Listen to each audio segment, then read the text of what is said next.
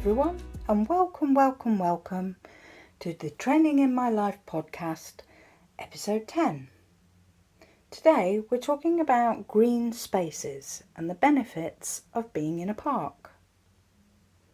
This all came about this week when I got to the underground tube station to travel to work and my train was delayed. So I walked to the end of the platform, sat on a bench and gazed at the posters on the wall opposite on the other side of the tracks. And the one right opposite me had green fields and beautiful trees. I closed my eyes and imagined I was there instead of sat on a grey underground station. It was a wish that I would much rather be in that field with those trees rustling in the breeze than on my way to work.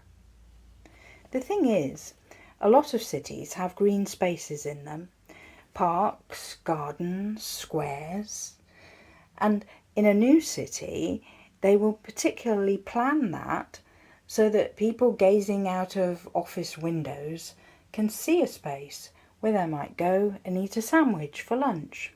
Gives them something to look forward to. The other park that I can go through, I have to have a bit more spare time to walk through that because it's a further walk.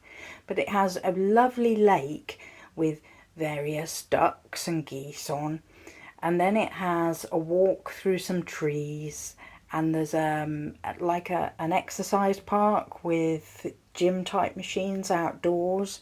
That's become quite popular in recent times so that people can go for a jog and then exercise on the machines at the park.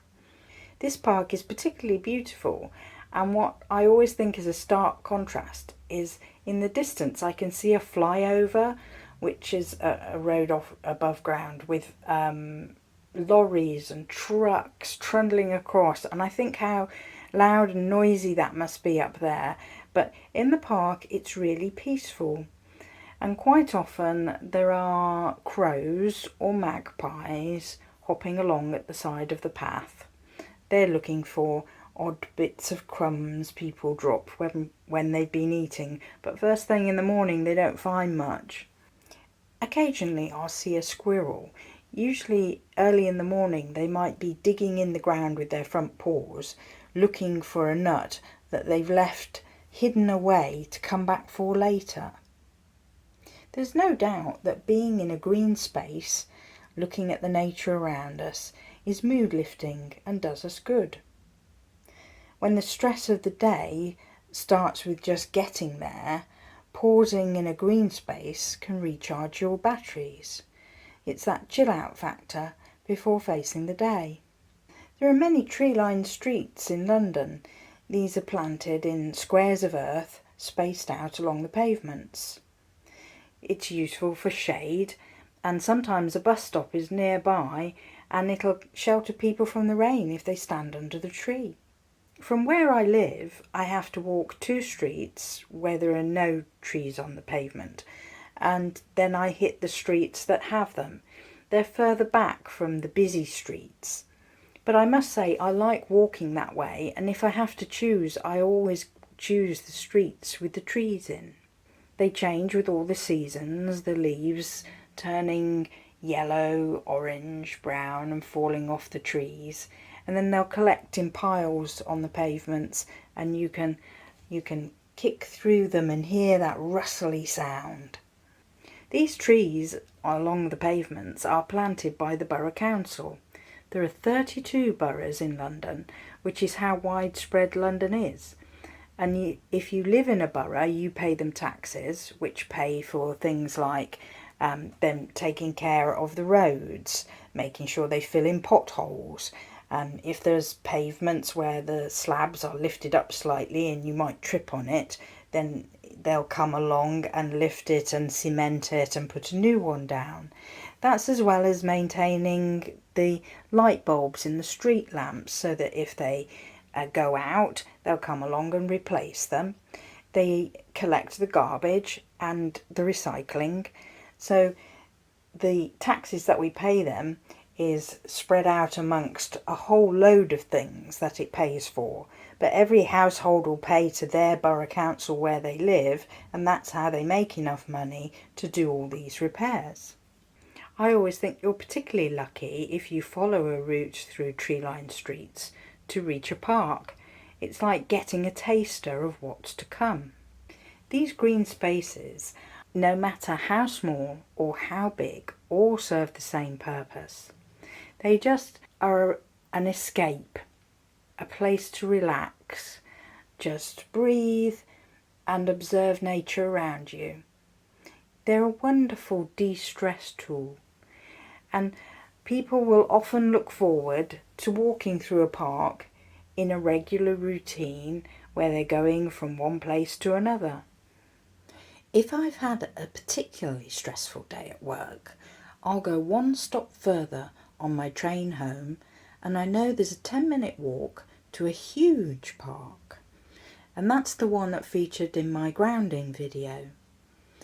And I can wander on the grass barefoot. I can walk down lots of paths if I have my sandals on. And there's a fish pond sort of hidden behind a fence up at one corner. There's a woodland area you can walk through. So whatever I feel like that evening, that gives me a really big de-stress before I get home. And that's one way that I use a park. Some people like to save it for the weekend. Pack up a picnic in the car, head for a place. It might be a park, it might be a beach, it might even be a riverside. But what's there for all of them is nature all around them. Trees, water, birds, always something to look at. And one big feature is the sounds. For people to get away from noisy traffic or noisy neighbours, it's a real relief, and they feel like they can breathe the fresh air and just relax and wander. Some people will go hiking up a hill or a mountainside, find some beautiful waterfalls, or just get to the top and take in the view. I know a couple that are complete opposites about the weekend. One likes to chill and relax, one likes activities that are on the go all the time, but they're smart enough to allow each other to enjoy their pastimes, and then they come back together and talk about everything they've done, and they find a compromise so that they do activities together as well. Some people go on vacation to somewhere in nature. It might be a woodland holiday, camping, or nowadays you can even go and have like a tree house to stay in, a vacation in a tree house that have been specially built halfway up trees. So there's lots of different kinds of vacations where you can be in nature. Lots of people like fishing. Fishing's good because you're by the river and you're just surrounded by trees and birds, and you can see the fish, and it's all that waiting for the chance for one to bite on your hook, and then the little battle to reel it in.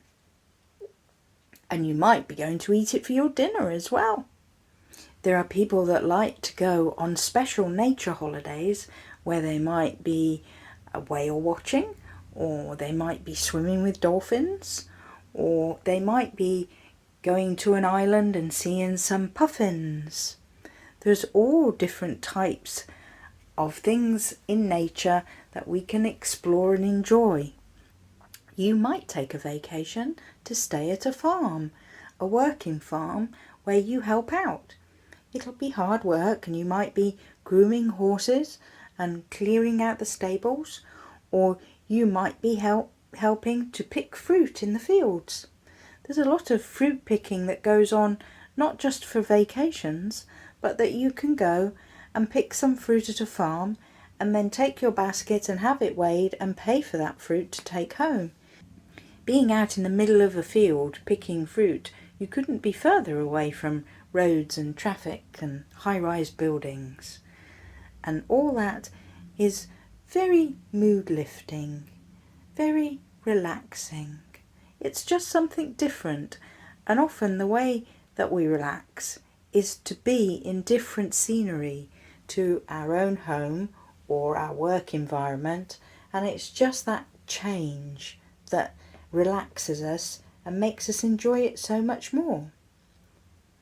You might be going to the beach just for the weekend or just for a day trip, and walking next to the water, hearing it lap against the shore, the seagulls squawking overhead, and boats bobbing up and down in the distance. It's just a feast for your eyes, something that's a change. Some people take a canal boat along the rivers. These are like a long, narrow boat that fits along a river, and some people can even stay on them. You have to learn how to open the locks that raise and lower the water levels as you make your way along the route. By the locks there's usually a pub or a shop so that you can stock up on food and drink. I think people that have that kind of vacation often go back year after year. It's very simple, just chugging along the river, nothing in sight but the fields and the birds, and then pulling in and mooring for the night, and then starting over again in the morning, making your way from one place to another. Sometimes weekends are the only time of the week that you get to go somewhere where you can relax in a natural environment. So people like to make the most of it. But whether you have a lot of money to go on vacation or are simply going a walk until you find a green space somewhere where you can sit and read a book or just sit and relax, there's always a green space somewhere that you can find to enjoy. And if you can't get to a green space, then there's always the sky. It's always there for you to gaze up at, and it changes all the time. Just recently, I've seen a lot of pink in the sky when I go out to work in the morning, with golden shades of sunlight streaming through, utterly beautiful. Sometimes there are weird shaped clouds stacked in layers, gathering in a pattern with shades of light and dark grey, and other times the bluest of blue sky and those fluffy white clouds that you see shapes of things in, like, you might see something that looks like a cartoon face, or doesn't that look like a tractor, or isn't that the shape of a giraffe? Your mind creates an outline around the clouds to form an object. You'll seldom see the same as the person stood next to you, but you can point out what you think you see, and they can do the same, sharing the imagery in the clouds. I don't think I ever want to learn exactly what the cloud formations mean, because somehow that would not make it as wonderful to look at as just artistically looking at it and thinking, that's beautiful, or that looks a bit scary, and I think rain's on the way, or look how the sunlight shafts are coming through that little gap in the clouds. I think I'll just keep enjoying it that way without knowing too much about it. You might even find that you pack up a picnic, get in your car and drive somewhere, but the weather has changed and it's pouring with rain, and you can't really have a picnic in a nice park or on the seafront on the beach. But you can still enjoy that picnic, and you can still listen to the rain or watch people with their umbrellas and think, at least I'm safe and warm in here and dry, and I can enjoy this picnic, so that you've been somewhere and you've done something. For some people, their green space is their home with their houseplants. They carefully choose houseplants, bring them home, water them, tend to them, sometimes even talk to them. And they're a constant piece of greenery in their rooms at home. You might have a garden, and that's your green space, somewhere where you go out and take care of it through all the seasons. You'll be watering in the hot summers, and you'll be planting different coloured plants, and you'll be finding ways to change it or make it better. There might be a rockery, there might be a fish pond. You're always looking for something to make your garden a green space. You may have a bench that you can sit on. I've got one in my garden, and sometimes, if the weather's nice early in the morning, I'll take a cup of tea outside, sit on the bench, and just absorb all the sights and sounds around me. So I'll be listening to the birds, watching that robin that keeps appearing and hopping from one fence to the other, and the mad squirrel. I swear the squirrel is totally crazy. Whenever he runs along the fence, he's sort of looking each way, and he just has really erratic movements for a squirrel. And as you know from other videos, I've seen plenty of squirrels. But he'll run along one as fast as he can and then dive down onto the grass in a garden, run across a garden, up the other fence, back along again. And it's like he hasn't actually done anything. He hasn't actually found anything or dug anything out of the ground. He's just running like crazy all around the gardens. So yes, I can see Crazy Squirrel from time to time, although usually he won't come in the garden when I'm sat on the bench. He comes in the garden when I'm inside just looking through the window. But yes, people's gardens can be their green space that they look forward to spending time in, either after work or during the day. They might be retired and taking care of their garden, or at weekends when the grass might need mowing. We had 5 fruit trees that I planted, which were very tiny little sticks to begin with, and 4 of them didn't survive, and 1 of them has survived and is about a metre tall now. I have no idea when it will eventually flower and have fruit on it, but I'm sure that the mad squirrel will come across and pick them off and eat them when it does have fruit on it. So I'll have to be quick taking a photograph of that if that happens. Some people rent an allotment. They pay money to the council or to a trust, and they rent a rectangle of ground which they can then use as a garden, which they go to that's next to lots of other allotments. This is often for people who live in apartments and don't have a garden, so they can in effect rent a rectangle of garden. And we've got some quite near us, near the railway station, and so I've never been through them because usually only the allotment owners have a key to the gate.